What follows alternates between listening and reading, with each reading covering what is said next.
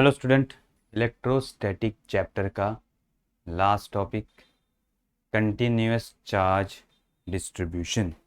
Continuous charge distribution. हालांकि पहले हमने जो प्रॉपर्टी सीखी है उसने हमने कहा कि charge as a quantise. Charge कैसे क्वांटाइज है, मीन्स हमने स्टडी किया था Q is equal to any. Q is equal to any. जितने भी आप कलेक्ट करोगे चार्ज तो क्या होगा, क्वांटाइज होंगे, एक दो तीन है, उसका नंबर बढ़ता जाता है। अब ये चार्ज कंटिन्यूअस होंगे। ये चार्ज कैसे होंगे, कंटिन्यूअस। तो किसे कहा जाएगा कि ये चार्ज कंटिन्यूअस है? जब हम मेजर करेंगे तो ये कंटिन्यूअस होंगे। ऐसा कब कहा जाएगा कि सपोज अगर हम मानते हैं कि चार्ज बहुत ही नज़दीक है, चार्ज बहुत ही नज़दीक है, एक सरफेस पे अगर हमने चार्ज रख दिए, आर वेरी क्लोज, बहुत ही क्लोज है, जहां हम इलेक्ट्रिक फील्ड फाइंड आउट करने वाले हैं, जो पॉइंट है एक चार्ज की वजह से, अगर मैं यहाँ इलेक्ट्रिक फील्ड फाइंड आउट करने वाला है, पॉइंट पी यहाँ है, ये चार्ज यहाँ है, तो ये बहुत सारे चार्ज अगर नज़दीक होंगे, then this distribution is known as a continuous charge distribution.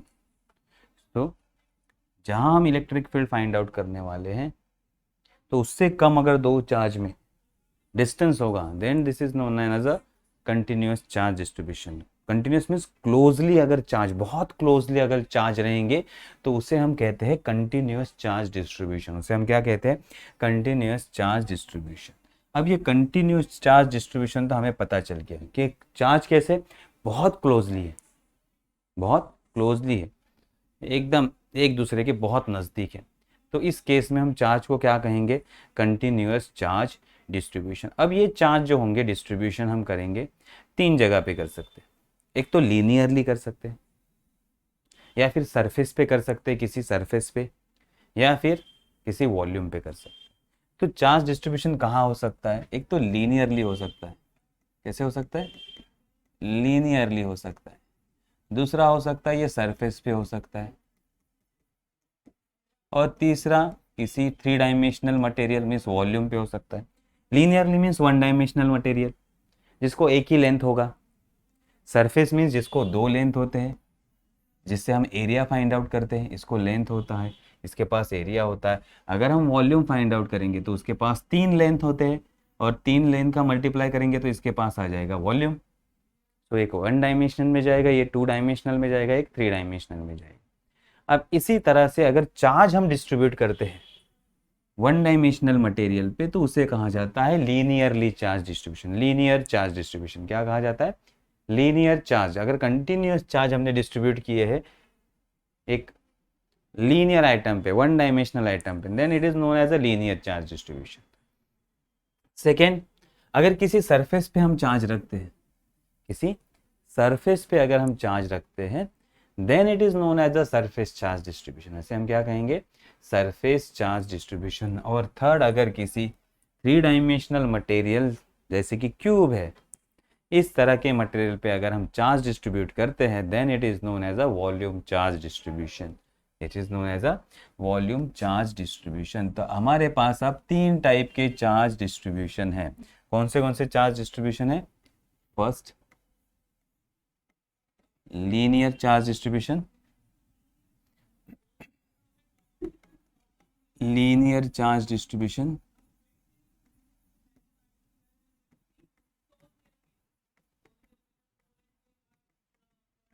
Second, surface charge distribution.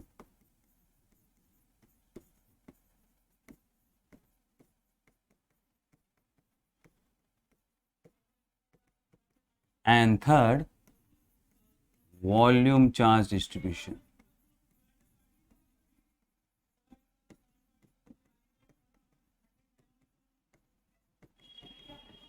तो अब हम एक एक करके तीन चार्ज डिस्ट्रीब्यूशन स्टडी करने वाले। बहुत ही इजी टॉपिक है, इसके ऊपर बहुत बार क्वेश्चन भी पूछते हैं। एक एक मार्क्स के लिए या तीन मार्क्स के लिए तीन टॉपिक रहेंगे आपको, एक मार्क के लिए एक चार्ज डिस्ट्रीब्यूशन रह सकता है। तो पहले आते हैं हम लीनियर चार्ज डिस्ट्रीब्यूशन पे। किस पे आते हैं, linear charge distribution. First, linear charge distribution. अब लीनियर चार्ज डिस्ट्रीब्यूशन को इंडिकेट किया जाता है लैम्बडा से इंडिकेट किया जाता है लैम्बडा। तो कंसिडर अ थ्रेड और अ रॉड लाइक शेप। अब हम क्या कंसिडर कर रहे हैं, एक थ्रेड या फिर रॉड लाइक शेप अगर हम कंसिडर करेंगे,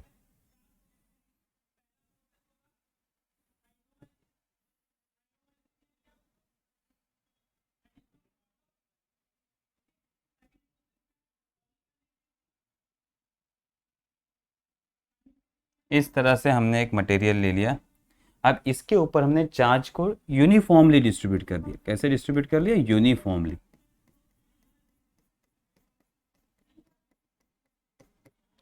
इसका लेंथ होगा L, इसका लेंथ कितना होगा L। अगर ऐसे किसी रॉड पे या थ्रेड पे हमने चार्ज को डिस्ट्रीब्यूट, नाइलॉन थ्रेड पे अगर हमने चार्ज को डिस्ट्रीब्यूशन कर लिया, यूनिफॉर्म चार्ज डिस्ट्रीब्यूशन, कैसे किया, uniform charge distribution, then linear charge distribution lambda is given by lambda is equal to charge per unit length. क्या होगा, चार्ज पर यूनिट लेंथ। ये होगा हमारा formula, charge per unit length. So linear charge distribution का formula क्या होता है, charge per unit length. Linear charge distribution is nothing but linear charge distribution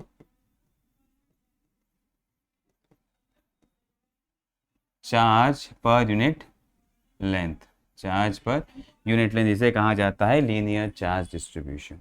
अगर हम इसका यूनिट लिखें, इसका यूनिट, तो यूनिट क्या होगा इसका, यूनिट चार्ज का यूनिट कूलोम और लेंथ का यूनिट मीटर, लेंथ का यूनिट मीटर। अगर हम इसका डायमेंशन फाइंड आउट करें, अगर हम इसका डायमेंशन फाइंड आउट करें, सो डायमेंशन के लिए कैसे फाइंड करेंगे, formula dimension of lambda.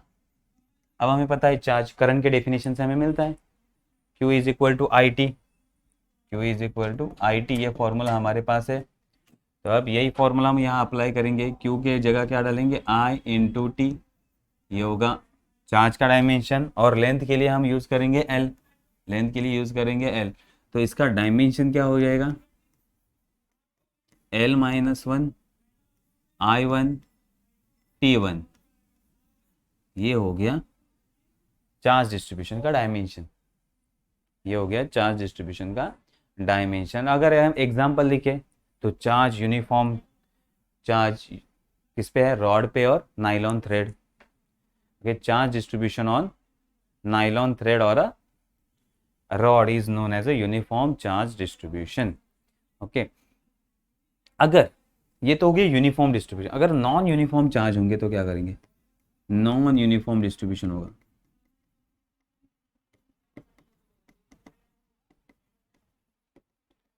Means अगर हमने रॉड ले लिया, कुछ जगह चार्ज ज़्यादा है, कुछ जगह चार्ज कम है, कुछ जगह बहुत ज़्यादा चार्ज है। अब इस केस में हम क्या करें, अगर नॉन यूनिफॉर्म चार्ज डिस्ट्रीब्यूशन होगा, उस केस में अगर हमें फाइंड आउट करना है चार्ज कितने या लैम्बडा कितना है, तो हम कैसा फॉर्मूला यूज़ करेंगे, that is D Q is equal to lambda D L. इस तरह का फॉर्मूला हम अप्लाई करेंगे। स्मॉल एरिया के लिए हम क्या करेंगे, स्मॉल एरिया के लिए चार्ज डेंसिटी फाइंड आउट करेंगे कि स्मॉल डी एल इतने लेंथ में कितने चार्ज है, उसका रेशियो लेंगे तो हमें लैम्बडा मिलता जाएगा। ठीक है, नॉन यूनिफॉर्म डिस्ट्रीब्यूशन के लिए ये फॉर्मूला अप्लाई होगा। तो समझ में आ गया क्या होता है लीनियर चार्ज डिस्ट्रीब्यूशन। अगर किसी रॉड पे अगर चार्ज डिस्ट्रीब्यूशन हुआ है लेंथ, तो linear charge distribution lambda is equal to Q by L, Q by L, unit coulomb per metre, dimension L minus one I1 T1, और नॉन यूनिफॉर्म डिस्ट्रीब्यूशन के लिए D Q is equal to lambda D A. Formula याद रखना है। ठीक है, यही same topic अब नेक्स्ट के लिए हम अप्लाई करेंगे। ठीक है, अब आते हैं नेक्स्ट, ये हो गया हमारा। अब आते हैं सरफेस चार्ज डिस्ट्रीब्यूशन। किस पे आते हैं, सरफेस चार्ज डिस्ट्रीब्यूशन। ये आपको पता चल गया, आप सरफेस भी इजीली आ जाएगा। So next second, surface charge distribution.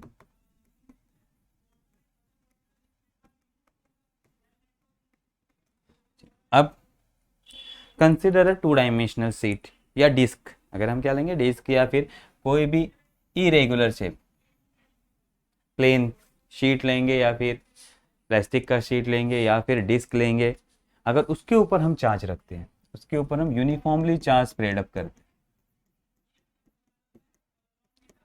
In this case, इस केस में अगर हम चार्ज डिस्ट्रीब्यूशन फाइंड आउट करते हैं उसे कहते हैं सरफेस चार्ज डिस्ट्रीब्यूशन, और उसे इंडिकेट किया जाता है सिग्मा से। किससे? सिग्मा। और सिग्मा का फॉर्मूला होगा that is charge per unit area. क्या होगा? Charge per unit area. So surface charge distribution, surface charge distribution is equal to charge per unit area. Charge per unit थे, वहां length था, अब यहाँ एरिया आ गया। अब इसका यूनिट, वंस अगेन यूनिट तो आपको अभी आ गया होगा, याद करो क्या होगा, चार्ज का यूनिट होता है कूलोम और एरिया के लिए metre square. Then dimension, dimension भी अब आपका आ जाएगा इजीली।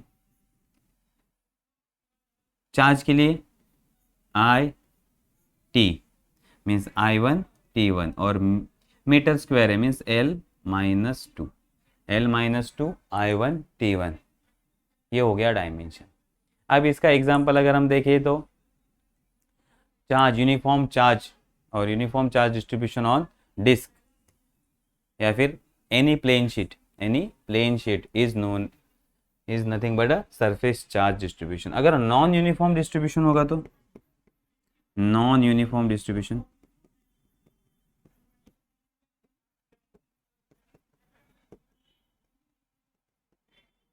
मीन्स अगर सरफेस पे एक जगह ज़्यादा चार्ज है, एक जगह कम चार्ज है, एक जगह बहुत ज़्यादा चार्ज है,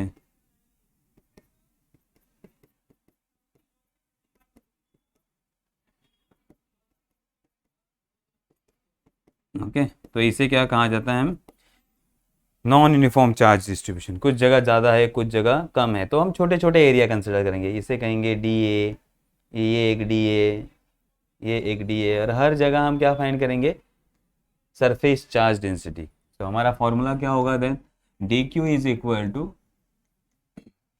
सिग्मा DA।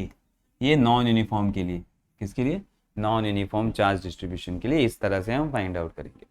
तो लीनियर समझ में आ गया, सरफेस समझ में आ गया। अब वॉल्यूम, वॉल्यूम तो इससे ईजी है। ये दोनों अगर आपको समझ में आ गए तो तीसरा और भी ईजी हो जाएगा। वंस अगेन, अब अगर हम वॉल्यूम चार्ज डिस्ट्रीब्यूशन पे आते हैं, थर्ड हमारा क्या है? Volume charge distribution. Volume charge distribution. अब हमारा मटेरियल कैसा होगा? 3 डायमेंशनल मटेरियल होगा, जैसे कि सिलेंडर, सॉलिड सिलेंडर या फिर solid sphere, solid cylinder, solid sphere या फिर क्यूब। अगर ऐसे मटेरियल पे हम चार्ज यूनिफॉर्मली डिस्ट्रीब्यूट करते हैं, ऐसे यूनिफॉर्मली डिस्ट्रीब्यूट करते हैं, तो उस केस में जो चार्ज डिस्ट्रीब्यूशन फाइंड आउट किया जाता है उसे कहा जाता है वॉल्यूम चार्ज डिस्ट्रीब्यूशन, और उसको इंडिकेट किया जाता है रो से। उसको इंडिकेट किया जाता है रो से। तो रो का फॉर्मूला क्या होगा? याद करो। अब लीनियर के लिए क्या था? Charge upon length. सरफेस के लिए चार्ज अपॉन एरिया। और तीसरा वॉल्यूम के लिए क्या होगा? Charge upon volume. करेक्ट, क्या होगा? Charge upon volume. तो वॉल्यूम चार्ज डिस्ट्रीब्यूशन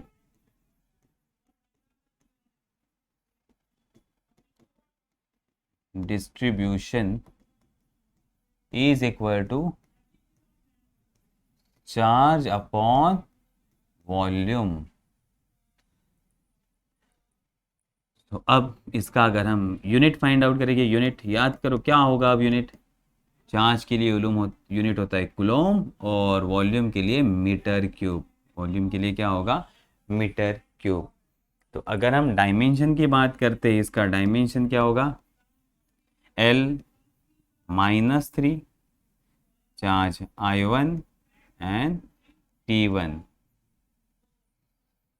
देन इसके example, charge on a plastic cube और सॉलिड सिलेंडर, ये सारे क्या होंगे, 3 डायमेंशनल ऑब्जेक्ट होंगे। तो इस पे होगा वॉल्यूम चार्ज डिस्ट्रीब्यूशन, इसके ऊपर क्या होगा, वॉल्यूम चार्ज डिस्ट्रीब्यूशन। और अगर हम नॉन यूनिफॉर्म चार्ज की बात करें तो नॉन यूनिफॉर्म चार्ज, तो इसके लिए अगर हम फॉर्मूला अप्लाई करें linear, same formula, D Q is equal to rho D V. हर जगह चार्ज डिस्ट्रीब्यूशन अलग अलग होगा, हर जगह चार्ज डिस्ट्रीब्यूशन क्या होगा, अलग अलग होगा। तो अलग अलग हमें फाइंड आउट करके देन हर एक जगह के लिए वो फॉर्मूला अलग अलग अप्लाई करेंगे छोटे छोटे पोर्शन के लिए। तो ये समझ में आ गया, 3 टाइप के चार्ज डिस्ट्रीब्यूशन हमने स्टडी किए हैं, 3 टाइप के चार्ज डिस्ट्रीब्यूशन हमने स्टडी किए हैं, एक लीनियर चार्ज डिस्ट्रीब्यूशन, एक सरफेस चार्ज डिस्ट्रीब्यूशन और एक वॉल्यूम चार्ज डिस्ट्रीब्यूशन। ये अच्छे से याद रखो क्योंकि आपका 12th का इलेक्ट्रोस्टैटिक इसी टॉपिक से स्टार्ट होने वाला है। आपको गॉस लॉ और चार्ज डिस्ट्रीब्यूशन, ये दो 12th में बहुत यूजफुल होने वाले हैं। इसके ऊपर ही हम गॉस लॉ के एप्लीकेशन, इससे ही हम गॉस लॉ के एप्लीकेशन स्टडी करने वाले हैं। तो ये याद होना चाहिए, मीन्स इससे ही हम ये स्टडी करने वाले हैं, इनको याद रखना है। इसमें 11th में आ गया इसलिए 11th के बाद हम भूल जाएंगे, ऐसा मत करो। तो ये बहुत ही इंपॉर्टेंट है, charge distribution and Gauss law. ठीक है, तो ये समझ में आ गया। तो ये हो गया हमारा इलेक्ट्रोस्टैटिक चैप्टर पूरी तरह से कंप्लीट। है इलेक्ट्रोस्टैटिक चैप्टर सारे टॉपिक हमने कंप्लीट कर लिए यहाँ पे इलेक्ट्रोस्टैटिक के। ये हमारा लास्ट टॉपिक था और इजी भी टॉपिक था, सरफेस, लीनियर, सरफेस और वॉल्यूम। लीनियर 1 डायमेंशनल के लिए, सरफेस 2 डायमेंशन के लिए और वॉल्यूम 3 डायमेंशनल के लिए। ठीक है, तो आज का टॉपिक फिनिश हो गया और चैप्टर भी हमारा फिनिश हो गया। तो यहाँ हम स्टॉप करते हैं। Okay, thank you.